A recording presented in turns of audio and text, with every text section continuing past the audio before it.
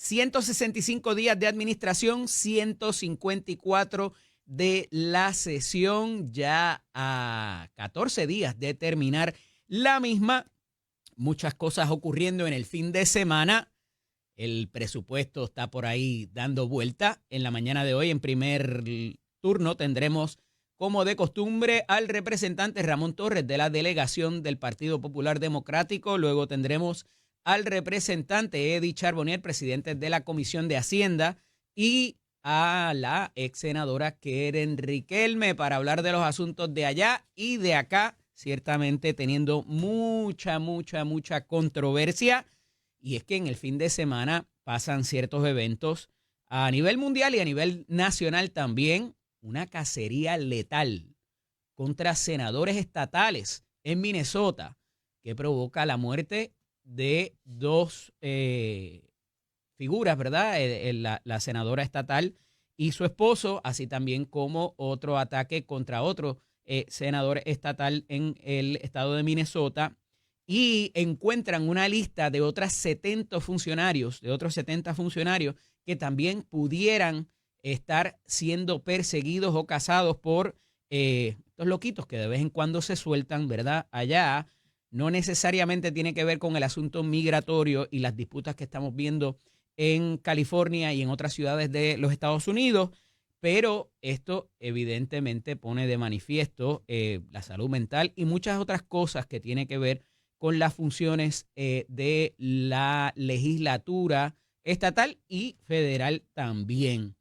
Y otra cosa que ocurre en el fin de semana es que Israel e Irán están a tiro limpio. Estados Unidos hasta ahora parece tener manos fuera del asunto, a pesar de que hay una alerta máxima en términos de las diferentes bases militares que hay en la cercanía. Y la situación aquí, mire, hay muchas cosas que tienen que ver, la religión, la política, obviamente, el asunto del petróleo, la proliferación de las armas nucleares, el enriquecimiento de uranio y todo esto demás de las diferentes naciones, y particularmente el gobierno de Irán, sobre el cual alegadamente hay un plan ya esbozado, pero no ha sido autorizado por el presidente Trump para atacar al dirigente principal de esa nación. Eso es algunas de las cosas que ocurren en el fin de semana. Pero mientras tanto aquí, la secretaria de Justicia ya confirmada, Lourdes Gómez, presenta a su equipo de trabajo. Y cuando uno analiza todas las figuras que se presentaron y se anunciaron, tienen una vasta experiencia en los asuntos de tribunales, de justicias, de litigio. Y me parece que es una buena ficha para propósitos de las múltiples controversias que han existido en el seno de este departamento, de esta agencia, que ha provocado inclusive que hayan cuestionamientos en cómo se dan los diferentes movimientos allí dentro en cuanto a la erradicación de casos, en cuanto a las investigaciones y cómo prosperan o no algunos tipos de procesos allí en el Departamento de Justicia, luego de examinar, ¿verdad?, la trayectoria, la preparación y la experiencia de muchas de estas figuras. Ciertamente se ha hecho un buen ejercicio para identificar las mismas. Así que esta es un verdadero ejemplo de lo que debe hacer un funcionario. Y saben que desde los tiempos, yo creo que desde Wanda Vázquez, podemos ir un poquito más para atrás, y esto obviamente salpicó a la secretaría de Domingo Emanueli allá en el Departamento de Justicia en cuanto a los jefes de fiscales, los jefes de las diferentes divisiones allá en el Departamento de Justicia, y parece que aquí ya han dado pie con bola, por lo menos en la identificación de esos recursos. Cómo eso pudiera trabajar y establecer los planes de trabajo de la secretaría, me parece que lo vamos a ver bastante pronto. Y una de las primeras controversias, uno de los primeros asuntos que se trae up front and center es el asunto del descuadre de ACES, de la Administración de Servicios de Salud. Y como recordarán, la pasada semana, la gobernadora había dicho ella misma que eso iba a provocar unos referidos una vez estuviera confirmada la secretaria de Justicia. Y les he dicho aquí que si van a procesar a la saliente directora de la Administración de Servicios de Salud, tendrían que inevitablemente, porque parecen haber tenido el mismo conocimiento, el director actual de la Oficina de Gerencia y Presupuesto, el secretario de Salud también actual, Víctor Ramos, y la directora actual también interina de la Administración de Servicios de Salud, porque todos concurrieron en afirmar de que ellos conocían en un momento dado que allí estaba pasando algo para propósitos de lo que iba a ser el futuro de esas tarifas. Que no se sabía cuánto era. Pero en el propio informe de transición se establecía que iba a haber un aumento, que en años anteriores habían sido hasta un 5% y que ahora se disparó un 21%. Yo creo que está complicado porque entonces tendrías que referir a estos otros funcionarios de la administración actual de la gobernadora. Así que veremos a ver por dónde aterriza eso. Me parece que inclusive la secretaria de Justicia es muy cuidadosa en sus expresiones y dice, yo lo voy a evaluar, obviamente por indicaciones de la gobernadora. ¿Qué hace la gobernadora metida en eso? Pues son cosas que hay que ver cómo se las explicamos al marciano, al igual que, por ejemplo, ante la reciente determinación a finales de la semana pasada del Tribunal de Instancia en una vista preliminar en alzada por los casos que quedaban pendientes contra la ex representante Nogales Molinelli, que ahora dice su abogado que pudieran ir en una reclamación judicial por daños y derechos civiles porque a ella se le persiguió políticamente y se le fabricó un caso. Eso no es tan sencillo y no necesariamente va a ocurrir y no va a ocurrir de inmediato.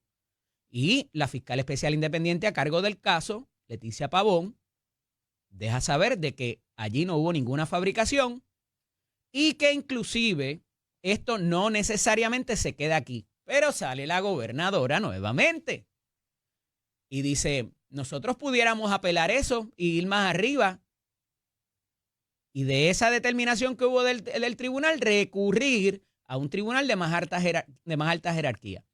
Eso tampoco es tan fácil, tampoco es tan inmediato, considerando lo que ha pasado en ese tracto judicial. El que un gobernador o gobernadora se meta en asuntos de los tribunales me parece aún más complicado, más difícil y no necesariamente es bienvenido ni por los tribunales, ni por los jueces, ni muchas veces por los funcionarios de las diferentes ramas. Gobernadora, a usted no le toca esto. Por eso es que hay una oficina con autonomía presupuestaria y de movimiento en los procesos que se llama la Oficina del Panel para el Fiscal Especial Independiente. Y hay unos jueces allí que son los que determinan qué movimientos se hacen en el tablero de ajedrez para varias cosas, entre otras, corregir situaciones y también enviar un mensaje a otros funcionarios públicos que pudieran estar cometiendo los mismos o diferentes actos en contra de la función pública, y para eso hay una ley de ética, hay unas disposiciones del Contralor que ahí sí, gobernadora, usted pudiera estarle dando directrices más bien, a sus funcionarios para que recobren, mire, 42 millones de dólares. 42 millones de dólares en dineros que se pagaron irregularmente a contratistas y que ya esa determinación ha sido hecha por la oficina de la Contralora. Pero parece que hay un poquito de arrastres de pie. Y de esos 42 millones, nos dice la prensa escrita en la mañana de hoy, 27 de 42, evidentemente más de la mitad, está en el negociado de manejo de emergencias y administración de desastres. Eso no es sorpresa y les voy a explicar por qué.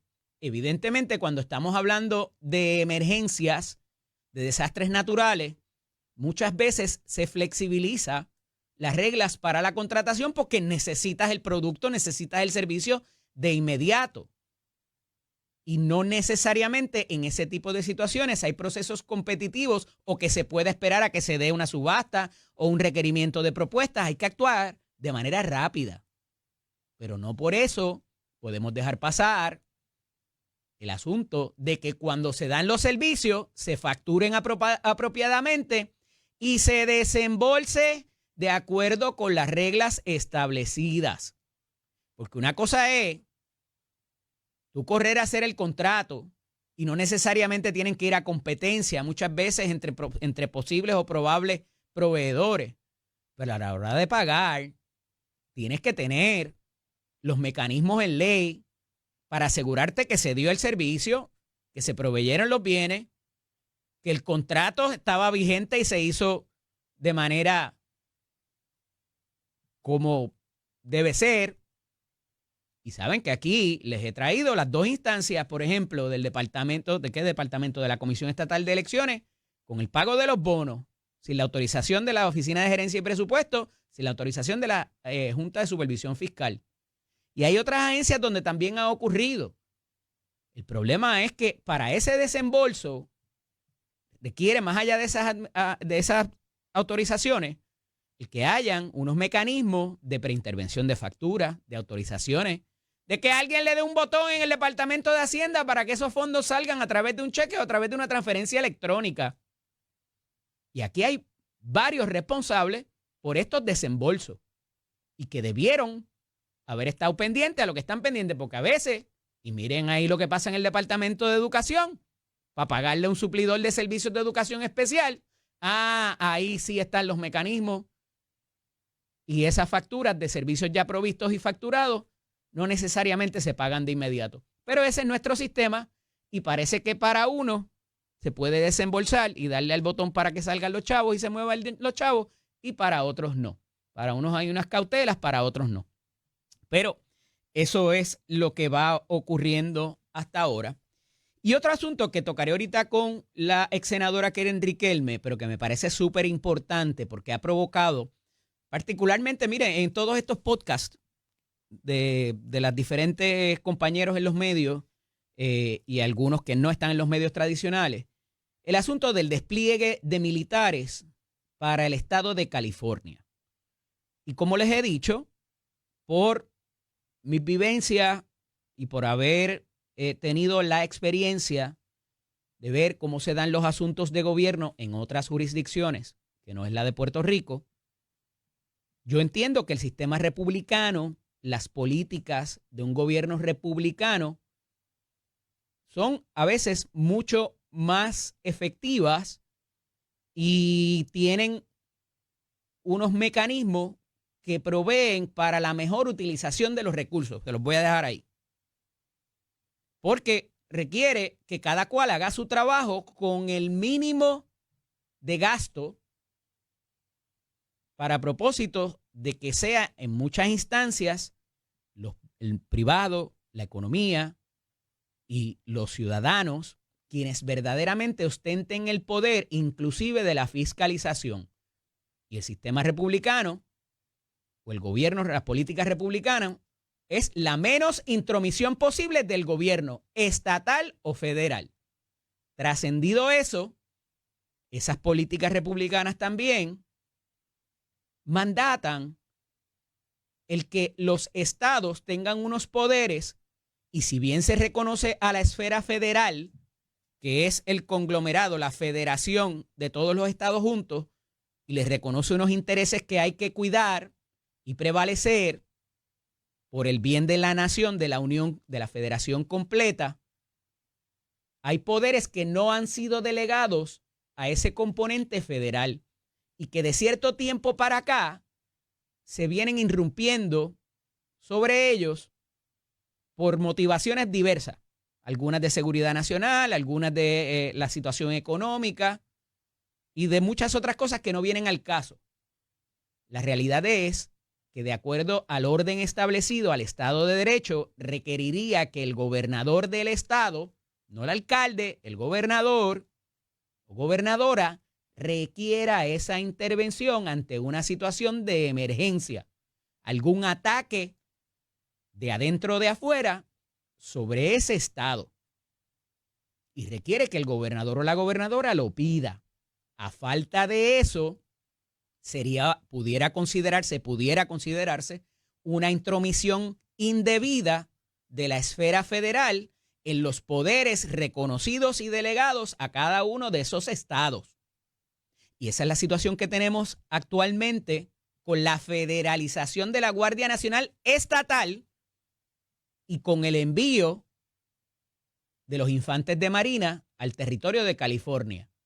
Y aquí hay muchos argumentos de parte y parte para que esta controversia, como parece que va a llegar muy pronto al Tribunal Supremo de los Estados Unidos, porque estamos viendo violencia, estamos viendo destrucción de propiedad, estamos viendo saqueo en los negocios, que no tienen nada que ver con manifestaciones y protestas pacíficas protegidas por la primera enmienda de la Constitución americana y probablemente del estado de California también.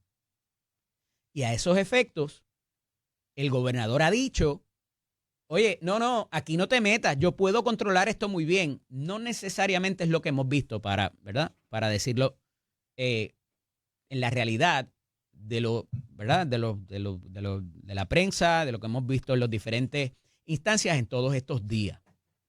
No obstante, hay otra cosa que es un reconocimiento no necesariamente de los Estados Unidos, porque se da en otros países también de tiempos inmemoriales, que tiene que ver, es una cosa que se llama posse comitatus, es una expresión en latín, que es que la milicia no está preparada para intervenir con poblaciones civiles dentro de los Estados Unidos.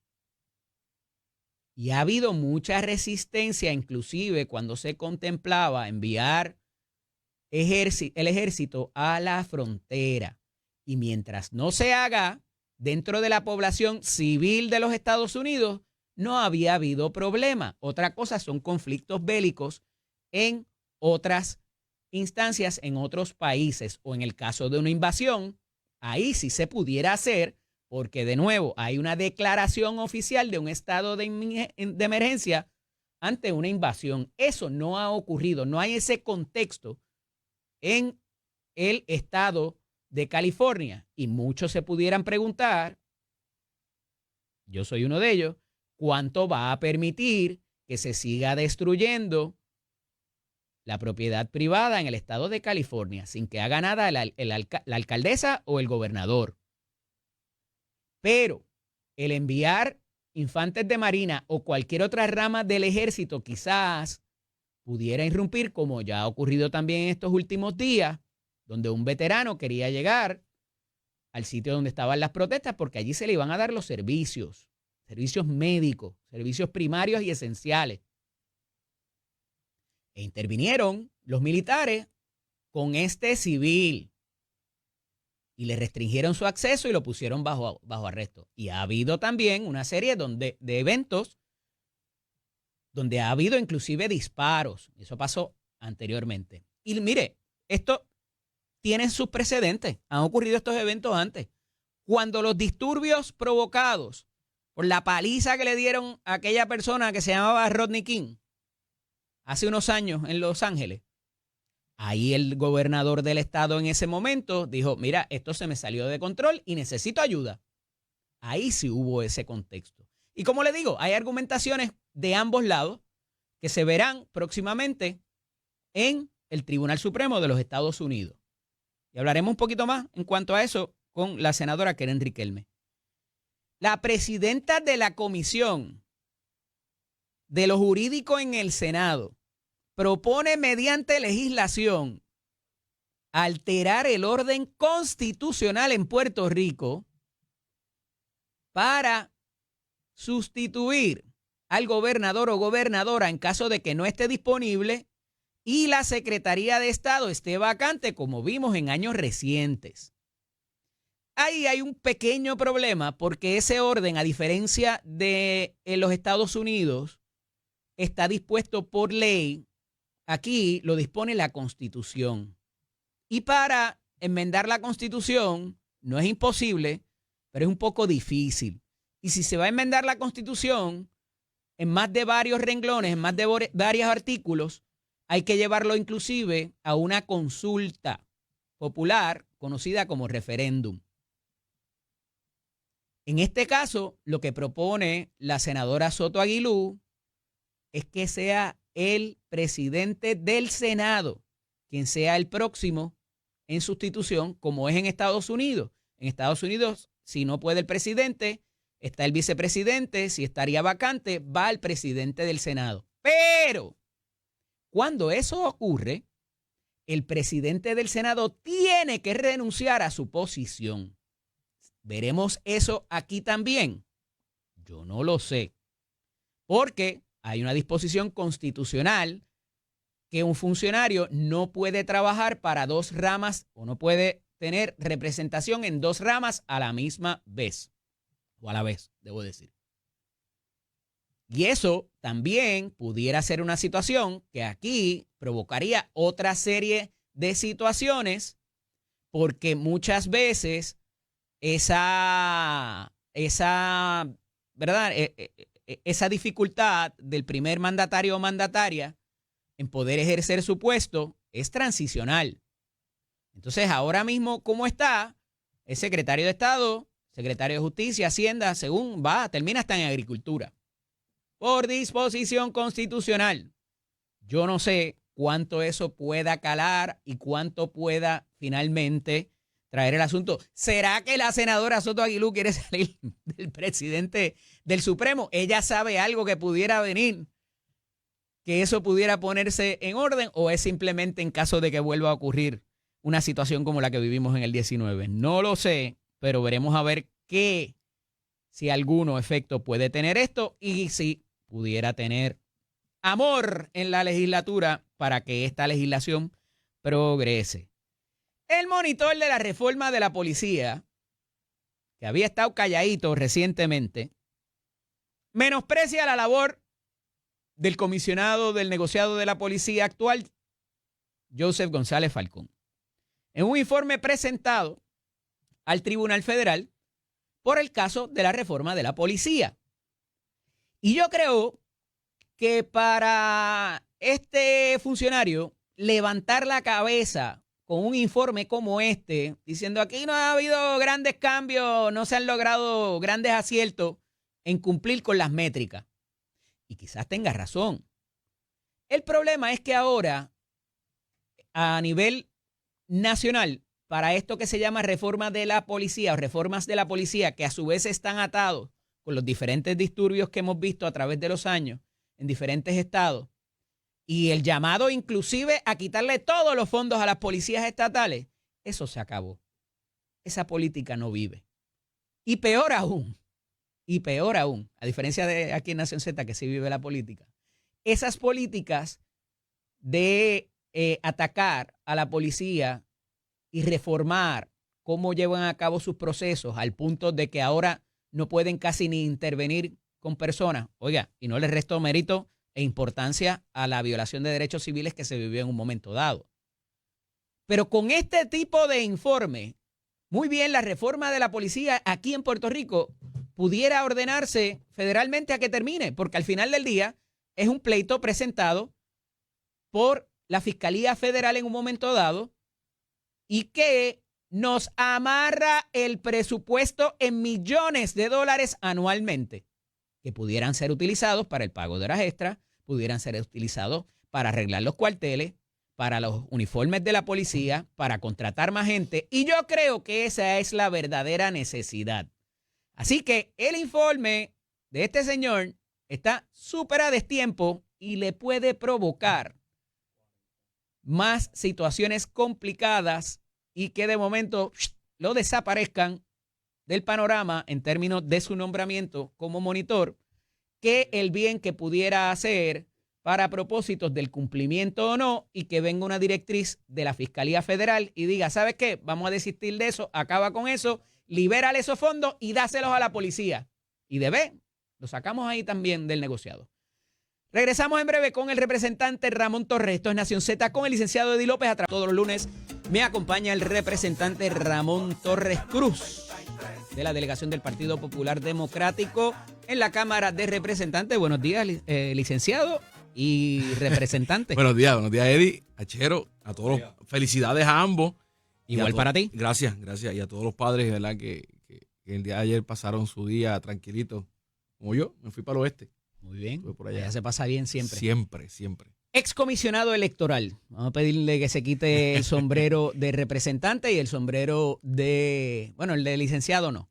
Pero como comisionado electoral, trasciende una información en prensa escrita en este fin de semana, que parece, usted me dirá, que los puertorriqueños están votando más inteligentemente y que en las últimas 2 elecciones generales se ha votado más mixto y por candidatura. Para ponerlo en contexto, ¿qué es eso de votar mixto y por candidatura y el voto íntegro a contrario censo? Bueno, voto íntegro es el voto que uno da bajo la insignia del partido, del que sea, y cogen los votos todos los candidatos que están allí. Cuando raja la pava, la palma o el PIB, o cualquiera de los ¿verdad?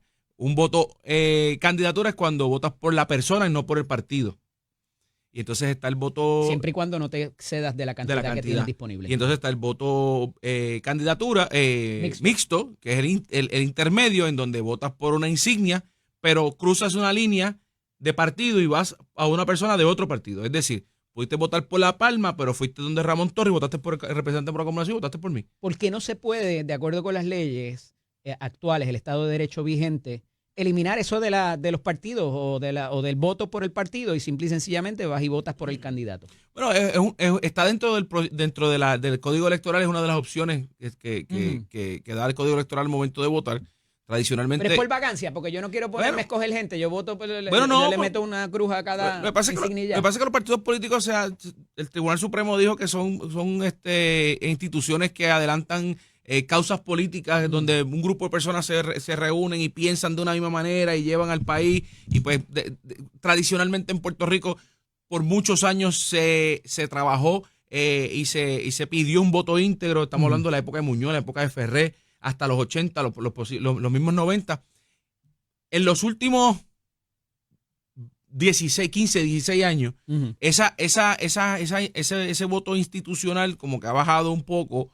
Y hasta estas elecciones lo que había hecho era bajar de por ciento y subir los porcientos de los votos mixtos y los votos Quiero de ir a candidatura. por qué eso ocurre, pero antes de ir ahí, quiero establecer cuál es la importancia de que hayan esas cruces, esos checkmarks, lo que usted ennegrecer el cuadrito, en los partidos particularmente, porque, como hemos visto en el caso de Proyecto Dignidad, se jugaron la vida por no tener suficientes de esas marquitas allí. Porque los partidos políticos, para poder quedar inscritos para un próximo evento electoral y tener representación, y empleados, necesitan, y tener representación en la Comisión Estatal de Elecciones, necesitan 2 requisitos básicos. Número 1, pasar de un 3% en voto íntegro al partido, no a la persona, no a la gobernadora, no a Jesús Manuel, no a Juan Dalmau, sino a la pava, a la palma, a la bandera del PIB o a la del Proyecto de Dignidad, a la que fuera. Necesitan 3%. Y en adición a eso, necesitan una cantidad mínima de candidatos.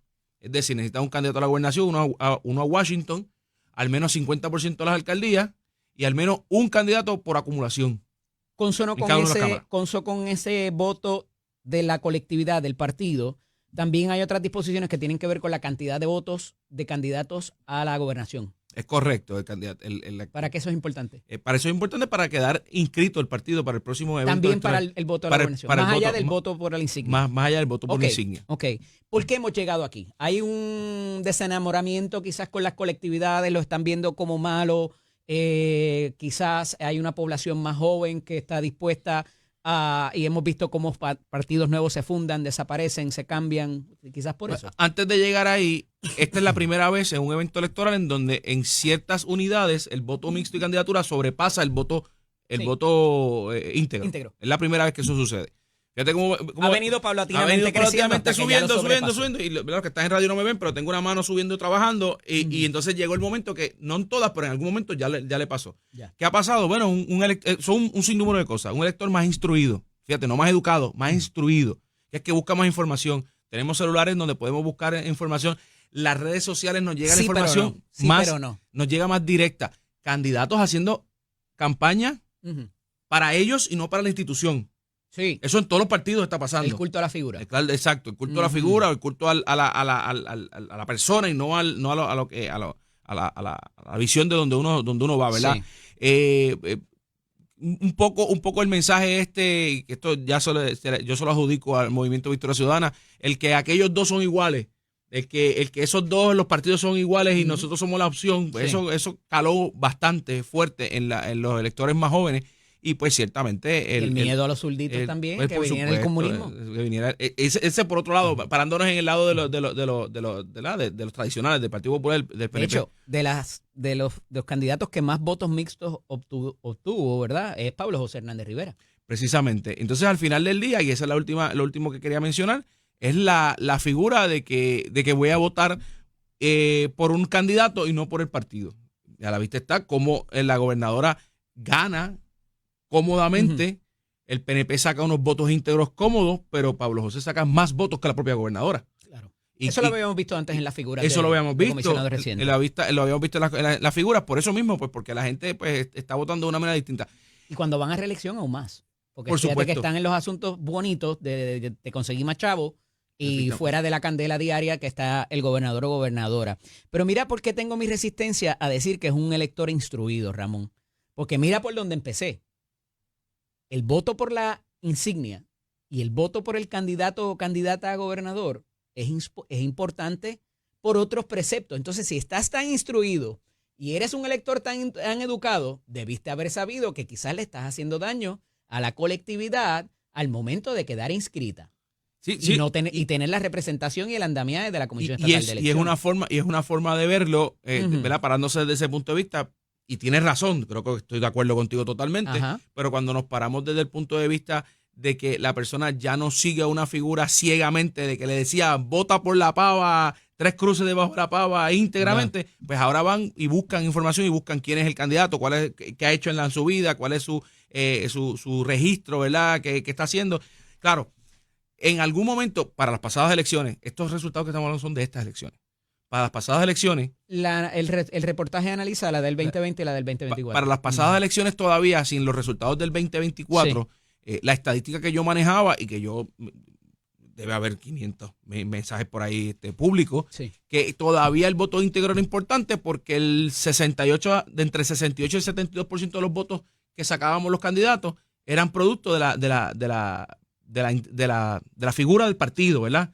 Claro, eso ahora habría que analizarlo en cuestiones de estadística. Yo creo que todavía está por encima del 50%, pero ha bajado, ha disminuido.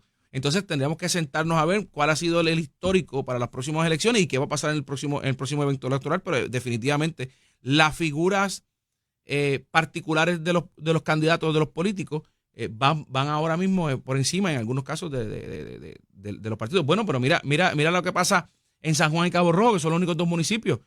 Gana la gobernación un partido, gana el alcalde de otro partido y el comisionado residente un tercer partido, porque en Cabo Rojo y San Germán gana Juan Dalmau,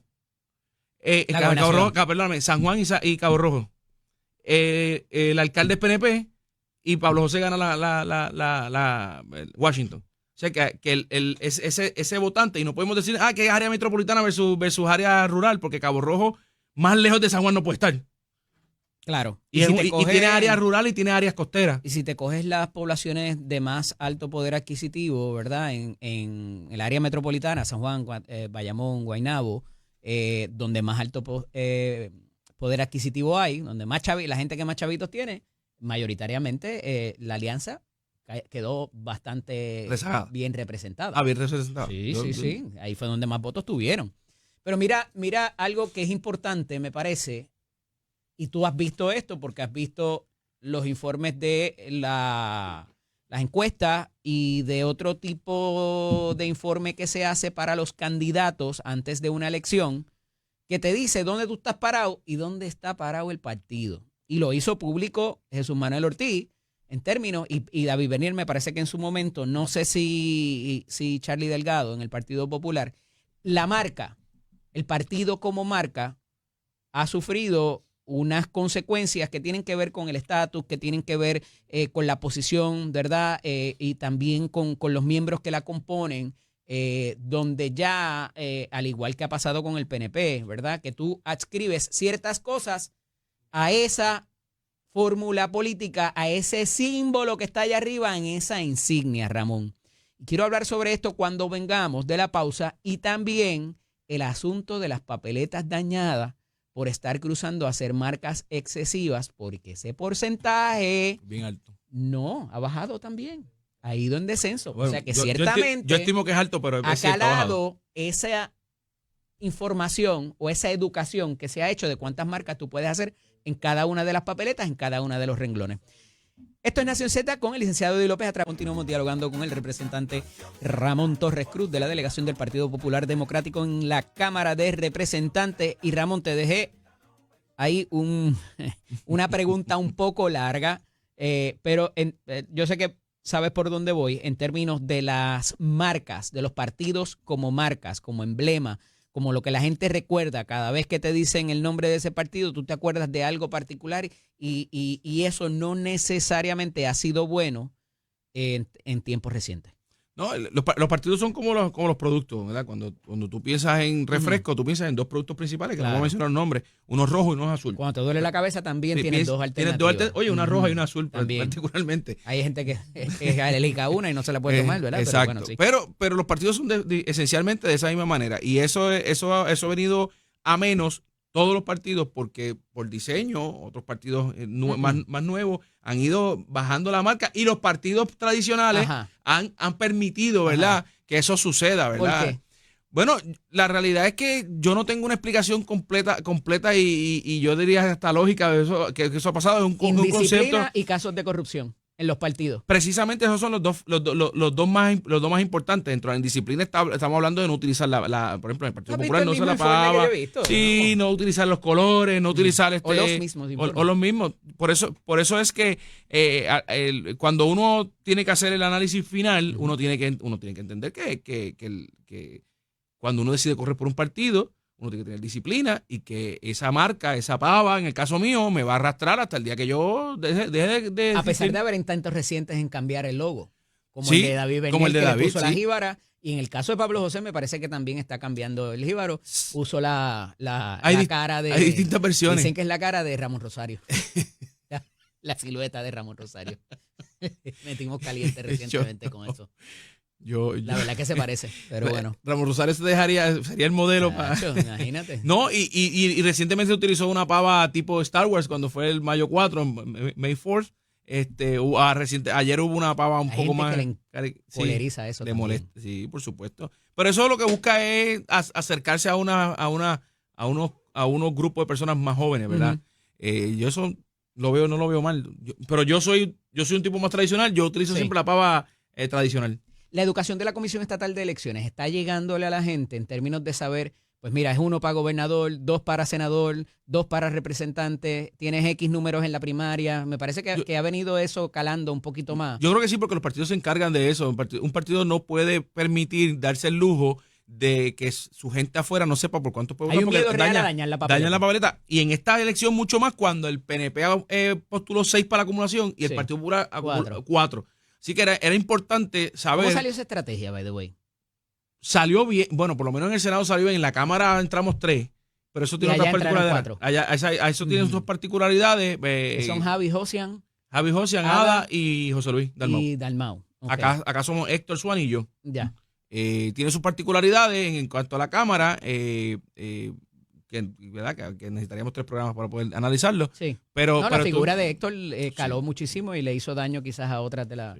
Y no fue a propósito. No. Él se pudo haber quedado en su casa como que era. Y yo eso no la escribo. Iba a dar votos en sitios donde no acumulaba. Pero es algo de verdad de su persona, ¿verdad? De cómo lo ven en la calle los populares. Tenemos un amigo en común que se llama Irán Torres Montalvo, que es el secretario de Asuntos Públicos. Buen muchacho. Y yo critiqué muchísimo el hecho de que en la administración Pierluisi no hubiera. Había alguien en nombre, ¿verdad? Que todo el mundo conoce, que es la amiga Mayvis Carrondo.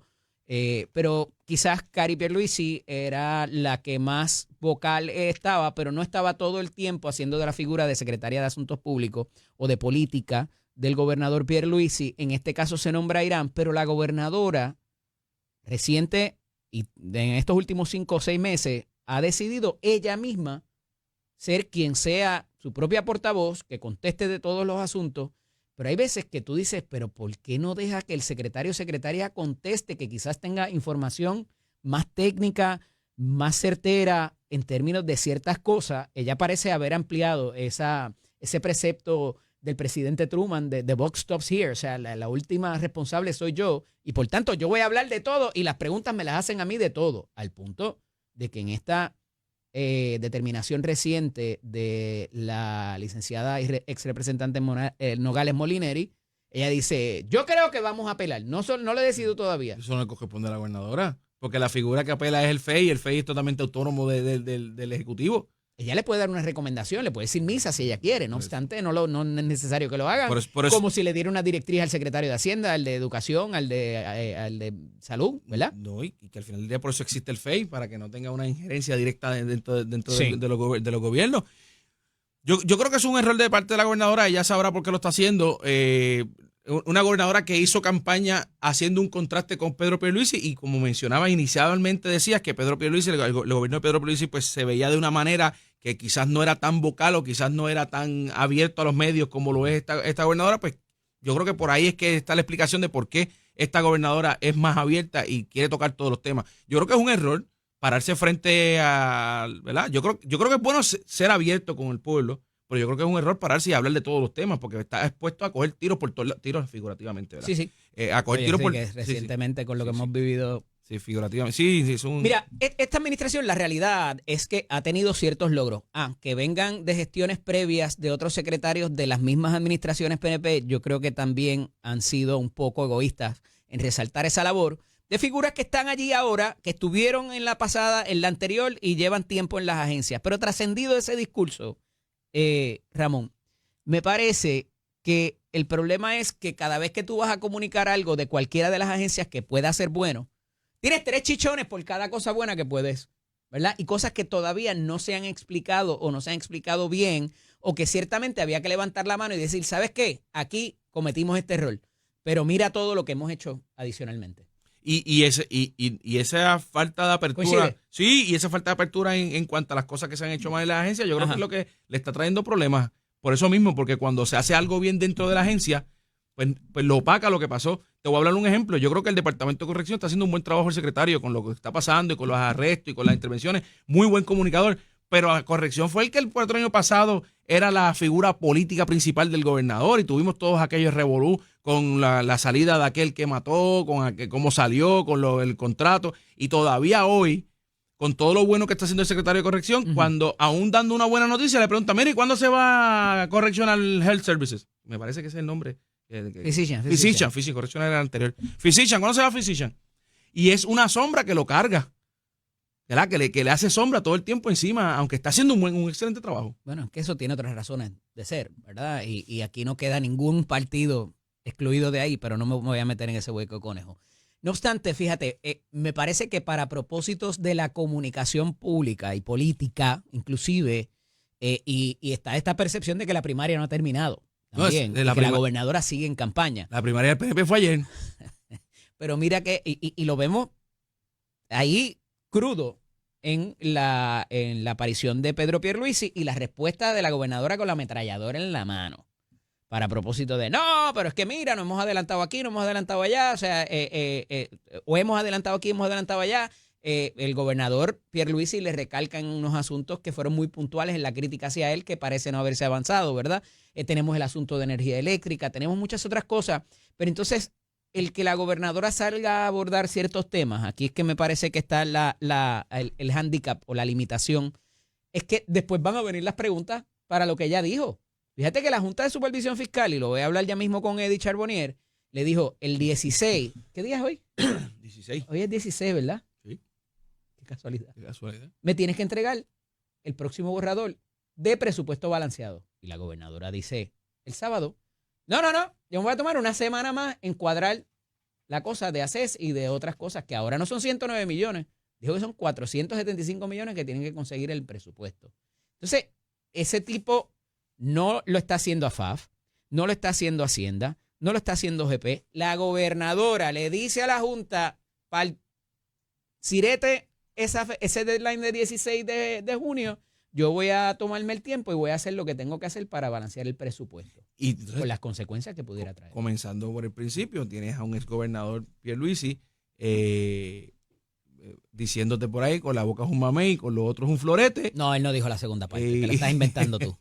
Y lo otro, lo he dicho. Y también está diciendo, adscribiéndose, cada cual adscribiéndose, el que el tiempo le da la razón a cada cual. Lo dijo Pierluisi, el tiempo me dio la razón a mí, lo dijo la gobernadora, el tiempo me dio la razón a mí. Entonces, tienen una La justicia se discusión. los ha dado a los dos. Bueno, yo creo que para que le dé lo que pasa es que estamos muy temprano en el cuatrienio, yo siempre he sido muy defensor de eso, muy temprano en el cuatrienio para ver si le hace justicia lo que la gobernadora está haciendo o lo que dijo que estaba pasando, porque ciertamente quedan 3 años y medio de gobierno. Y ¿en cuánto tiempo fue que el revolú del 19, que se desembocó una renuncia? En menos de 2 meses.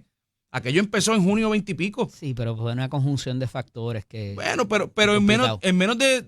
Claro, mucho más complicado que eso, pero... Y lo he dicho y lo reitero, yo pienso que ante esas situaciones que eran muy lamentables, el gobernador no debió haber renunciado y se lo he comunicado a él directamente inclusive porque, ¿verdad? Creó más desestabilización que lo que pudo ayudar al país. Y en ese sentido, lo que lo sacó no fue la marcha, lo que lo sacó fue que el PNP lo iba a residencial. Sí. O sea, yo estoy claro con Correcto, eso. correcto. Tú pudiste haber sacado... que fue 1 millón de personas afuera, tú pudiste haber sacado 2 millones y el gobernador no tenía que renunciar. Porque los gobernadores se quitan y se ponen en las urnas, no se quitan y se ponen en la autopista. Y en la legislatura menos. Y en la legislatura. Yo estoy claro con eso. Y estuve claro en ese momento y estoy claro hoy, estaré claro mañana. Volviendo al tema principal que estamos hablando de la gobernadora, pues yo ciertamente pues yo pienso que como la campaña de la gobernadora en primaria fue tan dura con el gobernador Pierluisi, pues yo creo que ahora tiene que hacer un contraste y ese es lo que está sucediendo. Me quedan segundos. Bueno el equipo que anuncia a Lourdes Gómez en justicia, me parece gente experimentada. Excelente. La subsecretaria fue fiscal conmigo en Ponce. Buenísima, Anet Esteves, y lo digo, vimos muchos casos juntos, nos tiramos hasta con la silla, pero una buena fiscal siempre hace bien su trabajo y el encargado del área civil también con mucha experiencia, Antonio, el registrador de la propiedad muy también. muy bueno. Gracias, te veo la semana que viene, Dios mediante. Cuando regresemos debe estar con nosotros ya por ahí el representante Eddie Charbonnier para hablar de asuntos de presupuestos y qué nos puede esperar esta próxima semana. Esto es Nación Z con el licenciado Eddie López. Todos los lunes, el representante Eddie Charbonnier y Chinea, presidente de la Comisión de Hacienda y Presupuestos de la Cámara de Representantes. Buenos días, representante. Buenos días, Eddie. Buenos días a los que nos escuchan. Que me encantan los efectos especiales de aquí, del hachero con la campanita. Sí. Mira, no pudimos hablar la pasada semana. Y hay muchas cosas que quiero entrar, ¿verdad?, de la política nacional y la trascendencia en Puerto Rico. Pero el asunto de presupuesto, hoy hay un deadline, no sé si lo movieron, usted me corregirá, de la Junta de Supervisión Fiscal para que entreguen el borrador de presupuesto balanceado. ¿Va a darse eso? Porque la gobernadora parece decir en el fin de semana que se va a tomar una semana más. ¿Y cómo es eso que ahora no son 109 millones, que hay que conseguir 475, dijo ella? Pues mira, la ventaja de estar todos los lunes aquí en este segmento informativo hacia Puerto Rico es que vamos actualizando la noticia. En efecto, sí, había un deadline hace unas semanas atrás. Había, pero la propia Junta, una reunión con la Fortaleza muy productiva, de hecho. Yo recuerdo la primera vez que yo veo que están todas las partes. Semana pasada estuvo la gobernadora con el componente fiscal, Hacienda, OGP, todo el grupo completo, presidente del Senado con su equipo también de trabajo, el presidente de la Cámara, la Junta de Supervisión Fiscal con todo su equipo.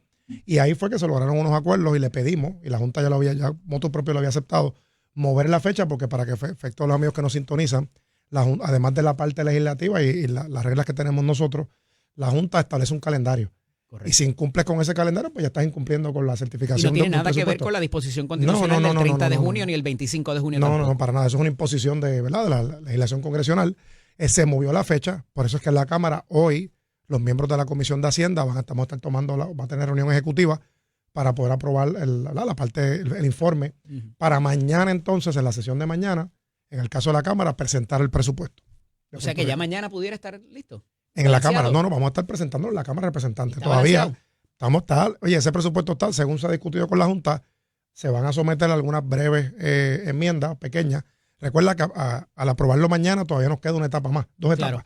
Una corrección por parte de la Junta, que la Junta, como parte de la ley promesa, tienen que ser lo que tú apruebas, ellos tienen que verificarlo. Igual forma, una vez también la gobernadora lo firma, ellos también lo verifican. Y luego caemos en la etapa constitucional que tú mencionaste, que es reglamentaria, que es 25 de junio para aprobar en ambos cuerpos legislativos, y el día 30, que es final y firme. Yo entiendo que va a ir a comité de conferencia porque siempre hay algunos detallitos que ajustar, pero en este caso son mínimos comparados con otros presupuestos. Sí te puedo decir que ayudó mucho que la semana pasada, que no estuve aquí, pero te lo añado al parte del análisis político del licenciado, como te dice la gente. Cuando ves en la calle, andás con el licenciado. Tú eres ni Eddie López Serrano ni Eddie López, el licenciado. Pues en análisis con el licenciado, que es de los mejores de Puerto Rico. El licenciado ese. Pues añado que se aprobó una enmienda al presupuesto vigente.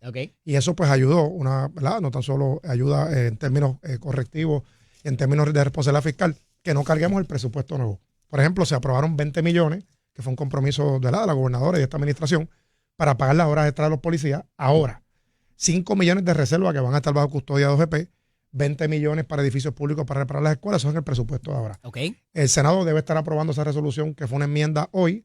Una vez se firme, está disponible para ahora. Pero ¿Qué eso hace es eso? del presupuesto vigente. Correcto, pero eso hace que no del que empieza en el 1 de julio. Pero fíjate, me ayuda.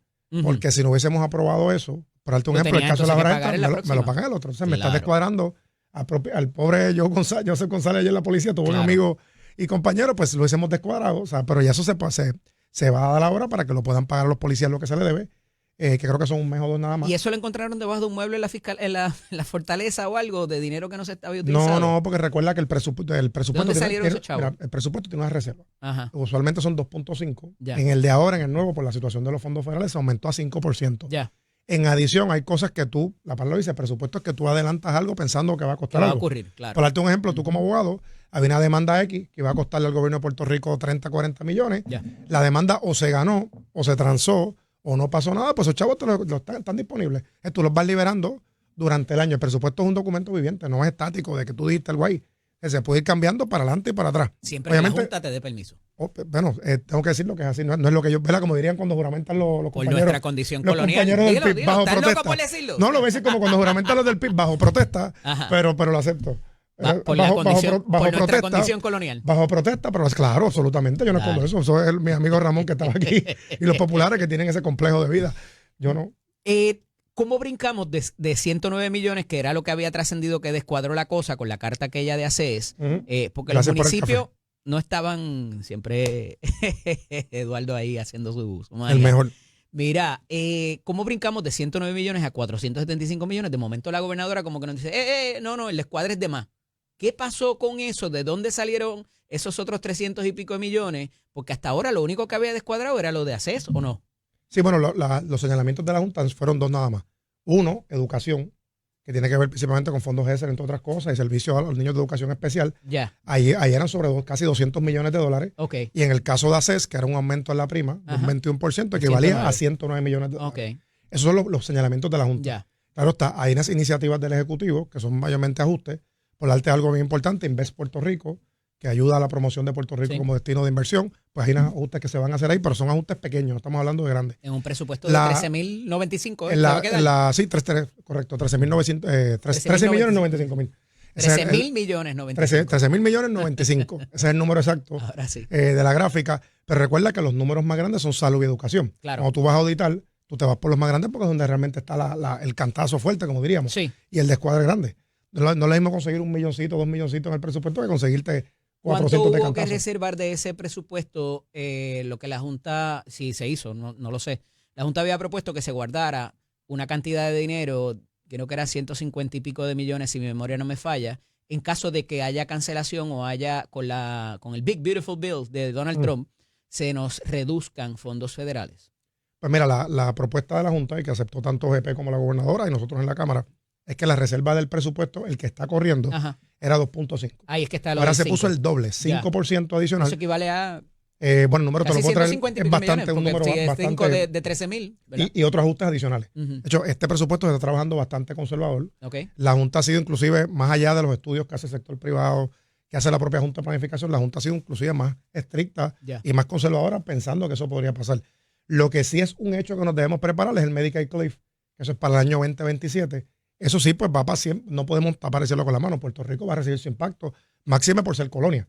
Pero en lo que tú añades el Big Beautiful Bill de tu presidente de los Estados Unidos, Donald Trump, es complicado.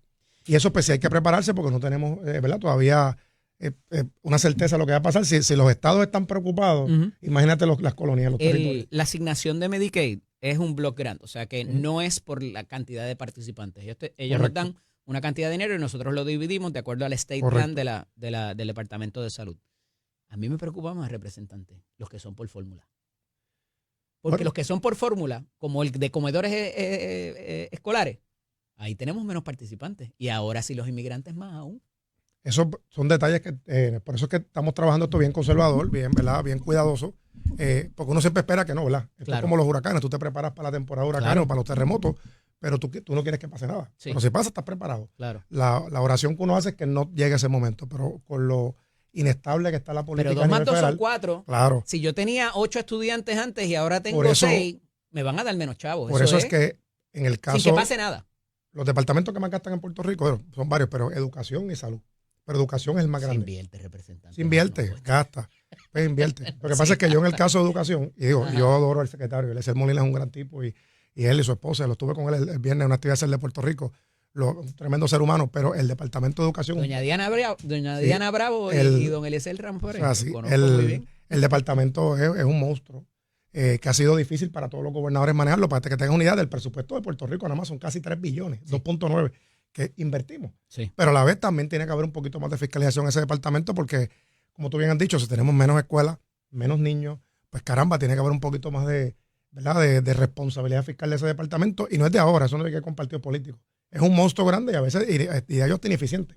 Por eso es que yo siempre apostaba y creía en lo que era la escuela, como es el caso de la Escuela Municipal de San Juan, que se le pase esa autoridad a los municipios eventualmente, que los alcaldes lo puedan hacer mucho mejor. Los alcaldes, claro, grandes, Ponce, San Juan, Guaynabo, Bayamón, y ahí pues puedes ir economizando. También creo en las escuelas alianzas y otro tipo de cosas, porque el Departamento de Educación ha demostrado históricamente, ¿verdad? Aunque tiene buen personal, buenos directores, pero el aparato administrativo es sumamente complejo. Y hay que prepararse en caso, Ujú. o sea, ese famoso what if, que hubiera algún tipo de ajuste. Eso no lo sabemos todavía. Es que, Es ¿quién especulativo, ¿verdad? adivina las políticas del presidente de los Estados Unidos? Bueno, O sea, pero lo que pasa es que aquí hay acción congresional, a claro. diferencia de otra. Y puede haber quizás el midterm election que nos ayude algo, pero como te digo que él es inestable, Pero no va a ser él inmediato. te puede sorprender a ambos lados. Sí, sí. Tú puedes esperar lo peor de él y de momento te sorprendes con algo bueno. Te voy a dar un ejemplo. El Medicaid lo aprobó él, no fueron los demócratas, fue Sí. el presidente Trump que nos dio una extensión y nos dio hasta el 2027 y uno pensaría que eso llega al Porque ni escritorio de él. Obama ni Tú Biden no lo pensarías, hicieron. pero te digo que él es trabajar con él es algo, ¿verdad? Uno espera, uno no sabe qué esperar porque puede que te sorprenda positivamente. Por eso es que yo siempre digo, Y puede esto que es un sorprenda ejercicio- negativamente. Es un ejercicio de comunicación política, Claro. pero loco, él no es. Ahora se dio cuenta de que hacen falta los inmigrantes para recoger la agricultura en No, California. ese asunto es otro asunto que es muy lamentable lo que está pasando en los 50 estados. Y ¿verdad? Y en Hay los un señor, territorios. representante, que se llama Steven Muldrow, ¿verdad que sí? Sí. Que está a cargo hasta hoy a las Fiscal. 7:11 de la mañana de la Fiscalía Federal. Correcto.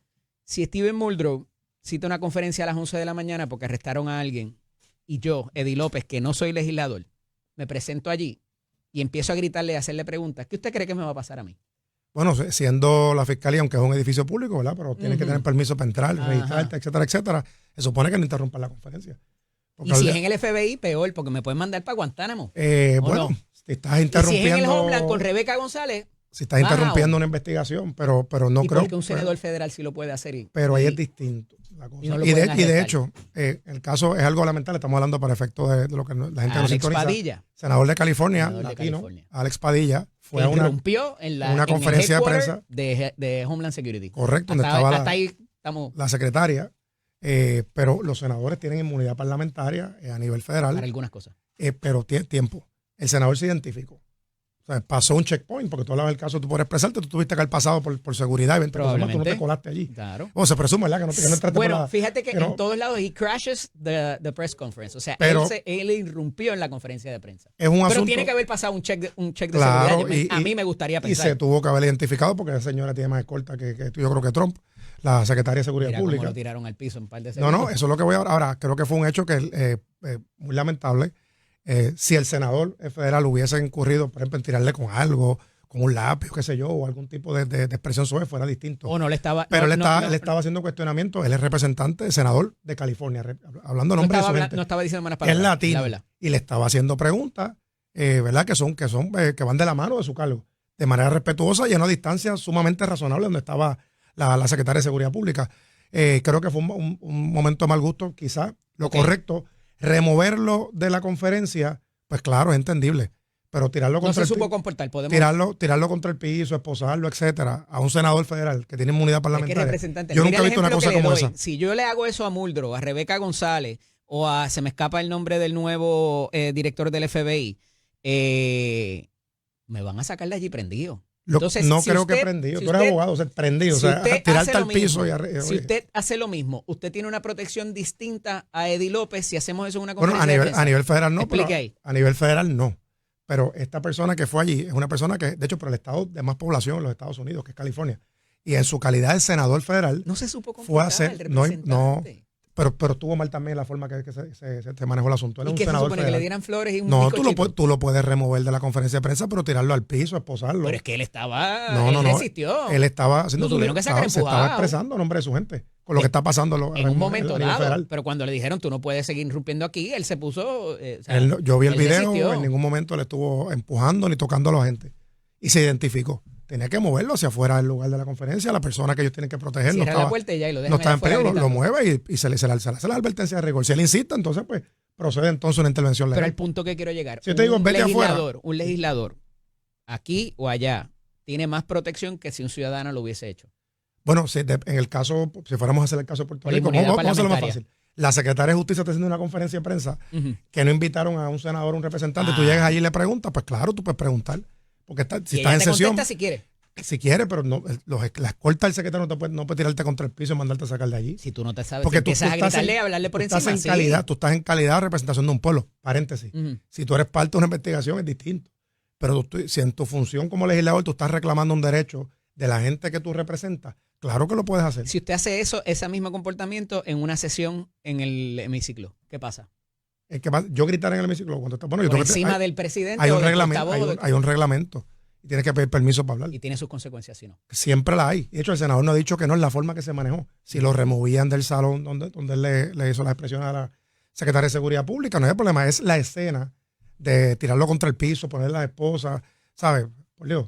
Y lo arrestaron. Y por eso, pero por un show, espectáculo contra el piso, como si fuera un delincuente, un criminal, pues eso pues ya raya. Máxime cuando es una persona que representa al gobierno de los Estados Unidos, porque una vez tú estás electo, él es tan funcionario federal como los agentes que estaban allí o como ella que estaba allí. La diferencia es que hay un asunto de seguridad nacional. Pero, Y que Homeland no brega con era una conferencia de prensa, no estaban, violadores de la ley por eso, fiscal, pero no estaban manejando, no estaban, evasores contributivos. no estaban en el cuarto de evidencia, no estaban viendo nada sensitivo, no estaban discutiendo un asunto de seguridad nacional. Una conferencia de prensa que es pública, que basado en la primera enmienda se está dando una expresión a la ciudadanía. Y el senador, que obviamente si pasó allí, que se Estaban registró, en una plaza pública, estaba en un edificio público.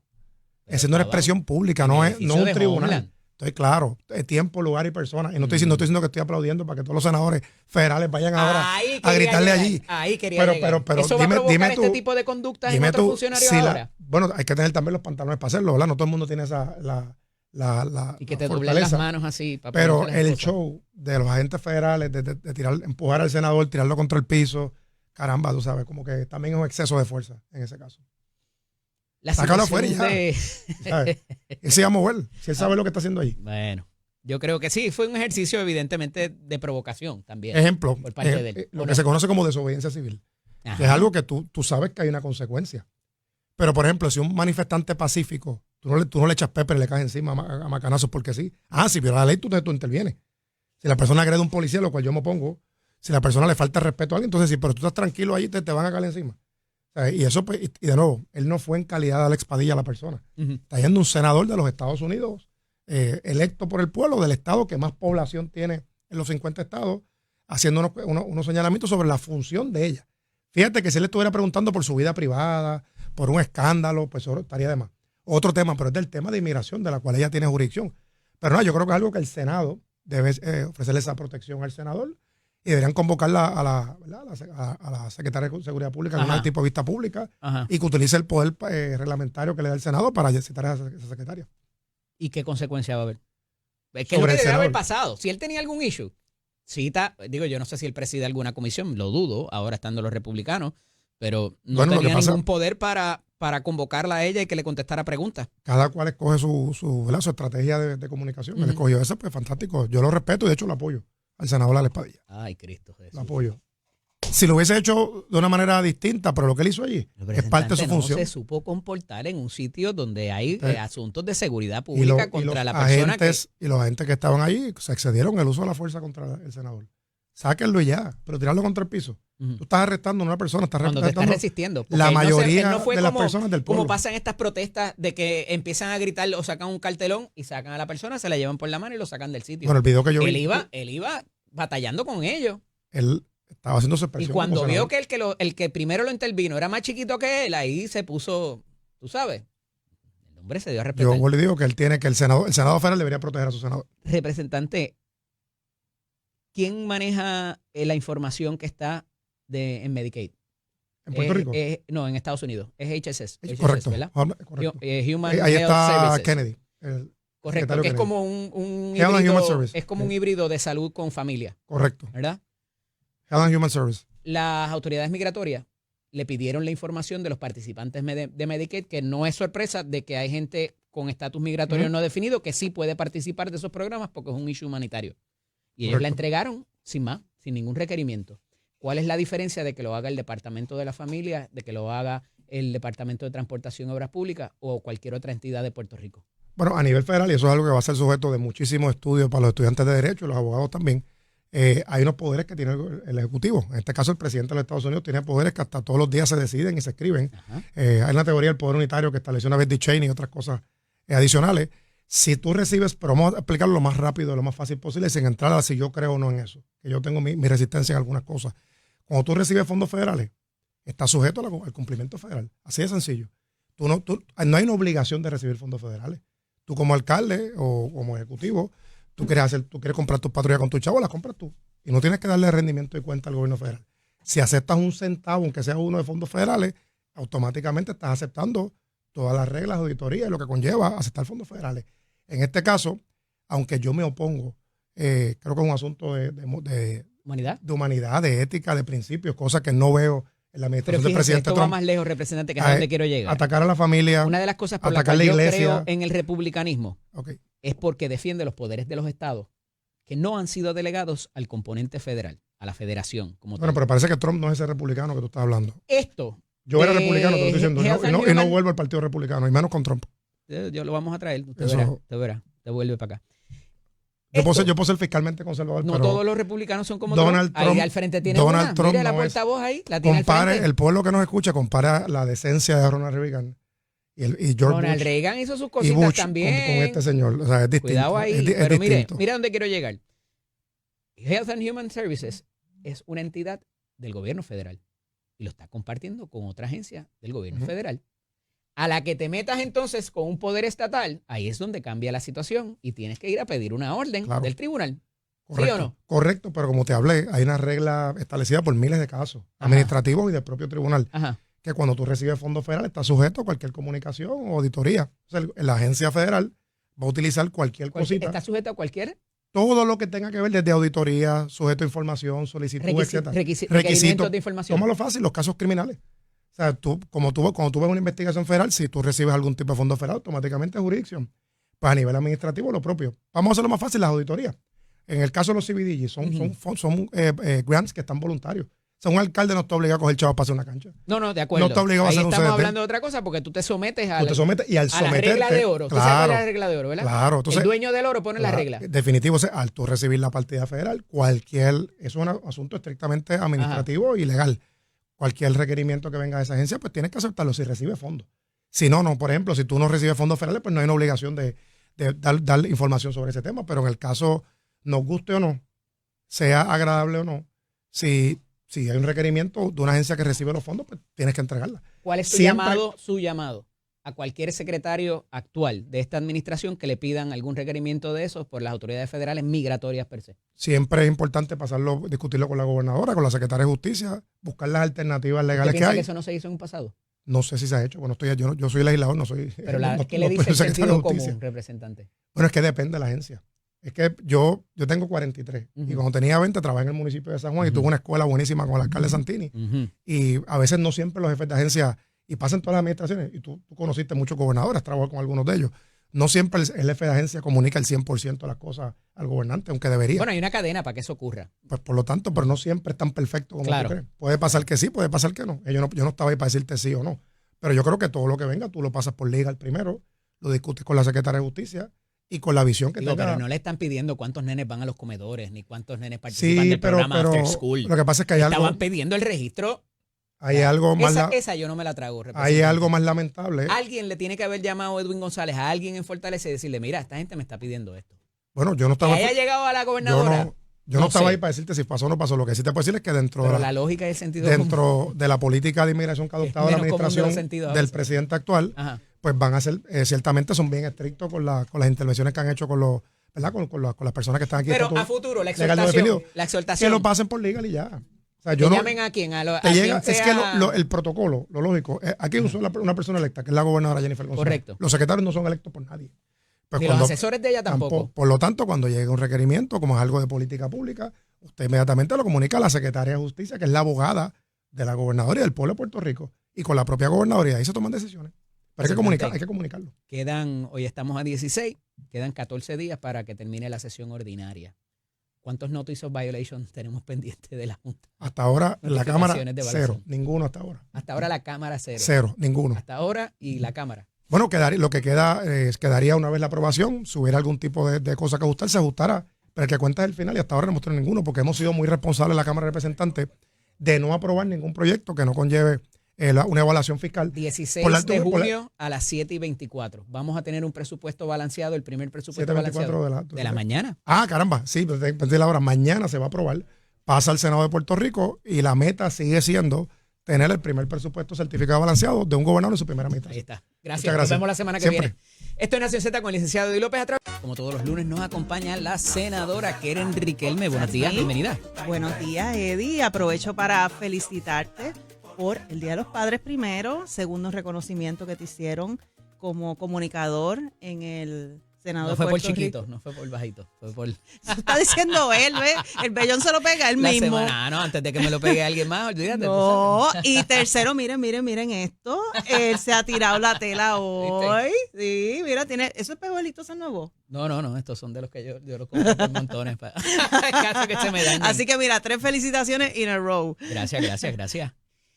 Muchas cosas pasando en el fin de semana en Estados Unidos y fuera de Estados Unidos. Esta situación de los conflictos bélicos afuera, Keren, es un poco complicado porque Estados Unidos como que en un momento dado apoyó a uno, ahora apoya a otro, tienen miedo de la proliferación de las armas nucleares, le facilita misiles a uno, a los otros los armó en un momento dado también hace unos cuantos años. Entonces, cuando mezclas la religión, el asunto de la proliferación de armas nucleares, los regímenes en estos, ¿verdad?, países, el petróleo creo que lo mencioné también, que es importante. Súper importante. Evidentemente, es una situación complicada para los Estados Unidos y más en la era de Trump tomar algún tipo de postura. Mira, yo pienso que la dificultad se la crea precisamente los mismos grupos religiosos del Medio Oriente cuando la semana pasada, que de hecho lo hablamos, me parece que lo hablamos aquí el lunes pasado, sale uno de los líderes de Al-Qaeda y dice, o de Al-Qaeda, ¿verdad? Y dice, nosotros estamos haciendo un llamado para hacer ataques terroristas en suelo norteamericano o en suelo americano, ¿verdad? Que eso podría incluir Puerto Rico, el que aquí se puedan levantar células. Por tanto, le impone cierta responsabilidad por lo que ha pasado en los Estados Unidos, a pesar de que no es quien está mandando los cohetes para allá. No, pero mira, es que esto ocurre precisamente antes de que se desate el caos entre Israel, Irán, los hutíes, Irak. Y es que ya esta operación se conocía. Ok. O sea, los que vengan a decir aquí que no conocían es como que, de verdad que vivirán en otro planeta. Porque hubo una alarma reciente de los asesores de Casablanca para sacar el personal de las bases y las embajadas. Y evidentemente algo esperaban, no se sabía qué iba a hacer, pero... No, y si por ejemplo tú lo llevas a lo que es el trabajo de inteligencia, cuando digo inteligencia, ¿verdad? Lo que nosotros conocemos es como en las películas de James Bond, el espionaje, que el espionaje es parte del trabajo de inteligencia. Desde noviembre me parece que es del 2024, me parece que se conocía de estos ataques, y cuando tú estás hablando de atacar una facilidad de armas nucleares o de uranio, donde están enriqueciendo uranio, tú sabes que tú tienes que tener un timing porque es o lo tomas muy temprano o muy tarde y ya no puedes atacar las facilidades. Entonces, ¿qué sucede? Estados Unidos dice, wow, tenemos unas amenazas terroristas, tenemos también unos acuerdos con Qatar, tenemos unos acuerdos en el Medio Oriente, con otros países árabes aliados. ¿Qué vamos a hacer? Pues entonces Estados Unidos como que en cierta manera se retira y dice, no fui yo. No fui yo, es Israel, pero poco a poco se ha ido. Que están allá, por si acaso. Pero poco a poco se ha ido pues y con eso le abriendo. adscriben a cierta participación o protagonismo del elemento bélico norteamericano en apoyo a Israel, ¿verdad? Aquí no hay de otra. No, lo que pasa es que Israel, Estados Unidos siempre han sido los aliados históricos. De hecho, parte de los acuerdos que hoy día nosotros estamos viendo a nivel internacional surgen luego de la Segunda Guerra Mundial con la formación de la Organización de las Naciones Unidas, De la OTAN. de la OTAN y la formación oficial del Estado de Israel en el 1948, me parece que fue. Y todo esto, pues, hasta el día de hoy resuena con la política internacional de Estados Unidos, más, si te fijas, mira lo que pasa está es que si pasando bien en eso tiene Canadá. una trascendencia milenaria de la guerra entre las tribus, le ponen un punto de partida el 7 de octubre. El ataque ese del 7 de octubre que Israel ataca a Hamas. Y entonces ahí es como decir, mira, aquí fue que esta gente empezaron a... obviamente Claro, no había pero ocurrido la elección todavía, o sea, había muchas cosas pasando. Bueno, Israel ataca porque obviamente hubo un ataque sin precedentes a lo que es el Pero Estado Donald de Trump Israel. se podrá apartar bastante entendiendo de que todavía la elección no había ocurrido cuando eso y que eso fueron políticas del presidente pasado. Es que Muy difícil. ese ataque, no, lo que pasa es que ese ataque que ocurre en octubre, o sea, no tiene que ver nada con los presidentes estadounidenses. Eso es un ataque, un ataque unilateral por la ocupación o por, ¿verdad? O como le quieran llamar, de parte y parte, pero ¿verdad? Dentro del lado de Israel, su derecho a existir, su derecho a disfrutar su tierra, otros grupos que no reconocen ese derecho que está reconocido internacionalmente. No, jamás lo van a reconocer. Entonces, ellos planificaron esos ataques, ¿verdad? Y Estados Unidos pues tiene que reaccionar, obviamente, sus aliados en Medio Oriente.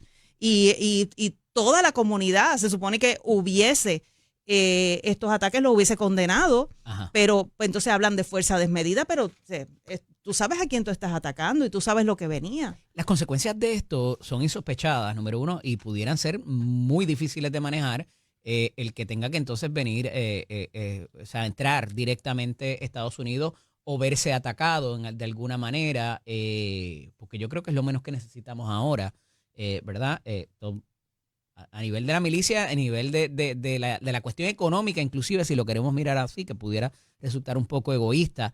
Pero ¿qué significa esto políticamente para Donald Trump? Porque esto es algo que le heredó y que no necesariamente lo ha recrudecido él, inclusive. Mira, comenzando, como bien mencionas, los ataques cobardes que se hizo contra el pueblo de Israel en octubre, hasta hoy día que están a punto de reunirse los G7 en Canadá y están atando lo que está pasando en Medio Oriente con la guerra de Ucrania y Rusia inclusive. Sí. Yo creo que este es el reto más grande que va a tener Donald Trump en cuanto a cómo él puede navegar políticamente en estas arenas internacionales que siempre dijeron que él no tenía la capacidad, y yo por el contrario digo que Donald Trump ha ejercido una capacidad superior para poder sentarse a negociar con Ucrania, con Rusia, con China, ahora con los G7, con Canadá incluso, ¿verdad? Haciéndole hasta broma, diciendo que se tiene que unir a los Estados Unidos, pero creo que es la prueba de fuego de Donald Trump en cuanto a su política internacional.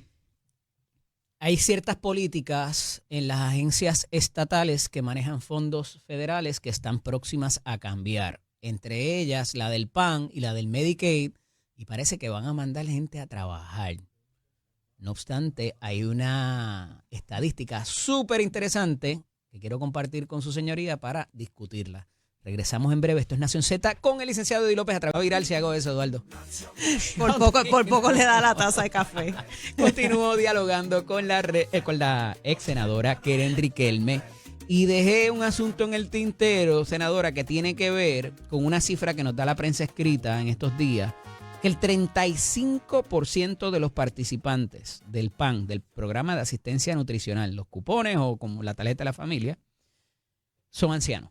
Uh-huh. Y el 55% de los hogares participantes, en el 55% de los hogares participantes, hay al menos uno o más adultos mayores que exceden 60 años. Con eso de marco referencial, el secretario del Departamento de Salud, y esto es Medicaid, pero para el PAN se prospecta hacer lo mismo, que es que el que participe de esos programas tiene que trabajar o mínimo ofrecer voluntariado. Y dice el secretario de Salud que no hay problema, que nosotros podemos cumplir con eso. Mira, A su juicio. Sí, yo creo que nosotros prácticamente estamos en cumplimiento de esto. Y cuando tú analizas a Puerto Rico bajo los estándares de otros estados y que aquí más del 50% de las personas viven bajo el nivel de pobreza, de acuerdo a los estándares de las tablas del Medicaid y de lo que exige también el PAN. La asignación nutricional. La asignación, que sería el NAP, ¿verdad? En inglés, pero acá pues se traduce las siglas, le ponemos PAN. Pienso que tanto los adultos mayores, que no se les va a requerir trabajar, como madres solteras o quienes tienen dependientes pequeños, o quienes cuidan de una persona que tiene alguna condición que no les permite salir a trabajar. Estamos hablando de una cantidad hay bien... eximentes en ese tipo de... Hay una cantidad bien mínima. ¿Discapacitados? Sí, las personas que tienen algún tipo de problemas para ir a trabajar, sea cual sea, porque puede ser una discapacitación, puede ser que cuidan de un adulto mayor, puede ser que cuidan de un niño. Okay. Ya nosotros prácticamente estamos en cumplimiento, porque nosotros tenemos una tasa de adultos mayores tan y tan alta en Puerto Rico que Pero entiendo. tenemos el 60% de la población que participa de algún programa pero de asistencia federal. pues, ahí voy. Dentro de eso, lo que pasa es que cuando tú analizas, y yo recuerdo que esto yo lo vi en unas tablas del Departamento de la Familia, Ajá. que hay muchísimas personas dentro de ese grupo que ya trabajan.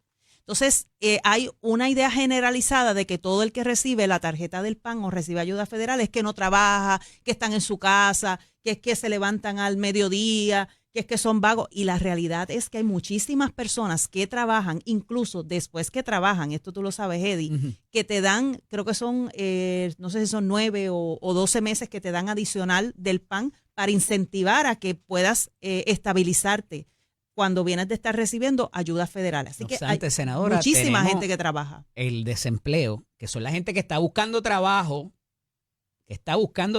porque no tiene, está en dígito sencillo, en una estadística de dígito sencillo, o sea que no supera el 10%. Me parece que la última vez estaba entre un 6 y un 7. Sí. Pero la tasa de participación laboral, que es la que es importante, que es la gente que está apta para trabajar, pero no está trabajando, está cerca de un 34%. Es que el problema que tenemos es... El vago recibiendo... Es que yo no digo está que... por ahí. Yo no creo hay unos cuantos. Yo no creo que el problema sea ese. Yo creo que aquí hay mucha economía subterránea. Claro. Que no reportan que trabajan. Está la que tiene su negocito en la casa, está los que venden a consignación y todas estas personas, que hay muchas personas que no reportan. La uña. Las uñas, lo que hacen uñas. Y pelo. Ajá. Por si acaso no soy yo no sé hacer esto. Okay. Admiro a las que lo saben hacer. Ya. Pero creo que hay mucha economía subterránea y pienso que al fin y al cabo todo va a ir como entre una cosa y otra, va a ir encajando. Porque si ya tú tienes un trabajo y se te va a requerir trabajar, pues entonces tú vas a decir, pues entonces reporto lo que estoy haciendo. Pero la idea de transicionar en estos programas es para eso mismo, para evitar la economía informal y para evitar la evasión. Exacto. Y pienso que al final va a dar resultado precisamente porque si te van a quitar la ayuda porque no trabajas. Uh-huh. Y cuando tú sumas y restas, tú dices, pues yo trabajo, recibo la ayuda, nos vamos a quedar en lo mismo, digo, ¿verdad? Estoy generalizando porque cada mundo es diferente y cada quien lo que trabaja es diferente. O sea a ver si entiendo. El que te quiten las ayudas no va a ser un incentivo para que la gente trabaje. No, al contrario, para reportar que están trabajando. Ya. Para reportar que están trabajando, porque es que yo no creo que estén en su casa haciendo nada. Uh-huh. Aquí el puertorriqueño siempre sale todas las mañanas, hace algo, el que más, el que menos. ¿Quién va a inspeccionar eso? Bueno. ¿Quién va a certificar que eso es No, así? es que el mismo sistema te va a obligar a que tú quieras reportar que trabajas, porque es que cuando no te quitan las ayudas, y esto es lo que sucede, hay personas que trabajan en economía subterránea y no quieren decir que están trabajando, que me quitan la tarjeta como dijo del la PAN. Senadora, la economía subterránea no es droga o armas ilegales o asesinos a sueldo, de eso, hay parte de eso, pero no todos son así, hay gente que rinde servicio de los chiveros. No, esa economía termina en Colombia, esa otra, o en otros países, ¿verdad? Pero la realidad es que Hay personas... No solamente en Colombia. No, en México, en hay un otros montón de países, sitios, dije, en otros y aquí países. también, digo, aquí no se crean cultivos hasta ahora de que no sea de marihuana, pero bueno. No, yo digo verdad, pero hay serpientes y pirañas. lo que se ha probado, por ejemplo, de que interceptan de dónde está la guerra en contra del narcotráfico principalmente, ¿verdad? Pero aquí también, pues sí, en un sitio siembran, en otro venden, pero ¿verdad? mire, Todo mire por dónde voy. En este sentido, el no cumplir pudiera ser una muy buena justificación para reducir los fondos federales. Bueno, lo que pasa es que si tú no cumples definitivamente, te van a detener los fondos federales. Por eso es que nosotros y vemos esa gente toda... va a ir a pedir ayuda del gobierno en otro lado. Bueno, no, es que si no va a haber, yo no sé a dónde van a pedir ayuda si no van a estar los fondos. Así que a los alcaldes, a los legisladores. Y todo eso al final del día sale de fondos federales en su mayoría, porque es un círculo. Es un círculo que va a terminar en el mismo lugar donde todo el mundo tiene que aportar a la economía, todo el mundo debe saber que si trabaja, es que hace falta una conciencia colectiva de que Puerto Rico se construye todos trabajando. Entonces, el egoísmo, el yo retener, el no ser parte de, tienen que entonces venir este tipo de programas donde dice, mira, tienes que reportar que estás trabajando. Hay 2 o 3 generaciones que no conocen otra cosa, senadora. No te vamos a quitar las ayudas, pero reporta. Muchas personas cuando llegan a estas oficinas y dicen, y le sacan con las tablas, con lo que ganan, dice, pero es que tú hace rato cualificabas aún trabajando. Sí. Eso es así. Yo pienso que estos programas lo que van a hacer es formalizar muchas de estas economías subterráneas. Yeah. Casi todas las ha ganado Donald Trump en el tribunal, de las políticas migratorias, arancelarias, y ahora esto de que se apresta a venir de la... En Puerto Rico yo no creo que vaya a haber cambios, porque yo creo que ya estamos en cumplimiento en cuanto a eso. Yo soy bien Hablamos optimista. la semana que viene. Esto es Nación Z con el licenciado Eddie López a través de Telemundo y Z93. No se vaya, que vengo con... No es una noticia positiva, pero es una alerta para todos aquellos que van a comprar placas solares. Regresamos en breve aquí en Nación Z con el licenciado Eddie López a través... Ha trascendido cierta información, en prensa escrita inclusive, de lo que es un proceso no es un litigio, pero es un caso de quiebra federal, donde la principal compañía que ofrece el financiamiento a todas las demás compañías de placas solares y sistemas de energía renovable tenían negocio con ellos, y hay unas cantidades significativas de dinero que se les debe y que pudieran inclusive estar en juego no lo que está por venir, sino lo recientemente contratado. Y ya usted tiene las placas en su casa, usted tiene su contrato, usted llegó a unos acuerdos, pero los que están por ocurrir que todavía no han cerrado, ¿se les va a hacer un poquito más difícil? ¿O los términos y condiciones no van a ser tan favorables como los que quizás ha habido hasta ahora, porque la política federal cambió? Y al final del día, esto es un préstamo como cualquier otro que la banca lo pasa para adelante y vende la cartera, y usted termina pagándole a alguien que no fue con quien contrató al final del día. El problema es que con esto no solamente están envueltos los préstamos y la creencia, la deuda que usted contrae con esa financiera, esa institución financiera. Es que también las compañías que instalan y les vende a usted el contacto directo que usted ha tenido con ellos, también utilizan esa línea de crédito para la compra de los equipos, a su vez, y el pago también inclusive de las comisiones de los vendedores. O sea que aquí se afecta a mucha gente, y esto pudiera o cerrar el mercado o ser un poco más complicado lo que hemos visto hasta ahora, que ha producido una cantidad significativa de querellas ante el Departamento de Asuntos al Consumidor. ¿Por qué digo todo esto y cuál es la exhortación? Lea bien su contrato. Hable con las personas que ya han hecho y que conoce ese tipo de contratación, qué les han dado, qué no les han dado, y cuál es la diferencia entre el contrato que usted se apreste a firmar y el que han tenido otras personas, y que le hablen con la verdad. Esto ha sido Nación Z por hoy. Agradecido de la sintonía. Permanezcan con Hoy Día Puerto Rico y Una Mañana Clásica aquí en Z93. Llévatelo, achero.